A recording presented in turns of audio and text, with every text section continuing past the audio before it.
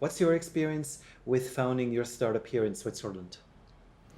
There is definitely many advantages. I mean, we get a lot of support from the government. We get support from ETH. There is a nice network of investors around. That's for sure. People also, when you just talk to friends, they understand what entrepreneurship is to an extent. So that there's also less any kind of barriers that's not really given. So Switzerland is definitely a fastly developing and growing ecosystem in Europe regarding entrepreneurship. In general, I would say we're a bit less or a bit more risk averse.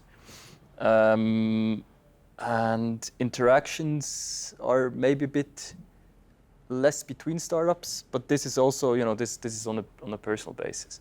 I mean, nobody hinders you from talking to other people. That's not the case, but the exchange or interactions is, from my experience in for example in the States, in Boston, was a bit more in that regard, just open discussions and just general exchange over experiences and things like this. That's something that we could probably improve a bit. But then the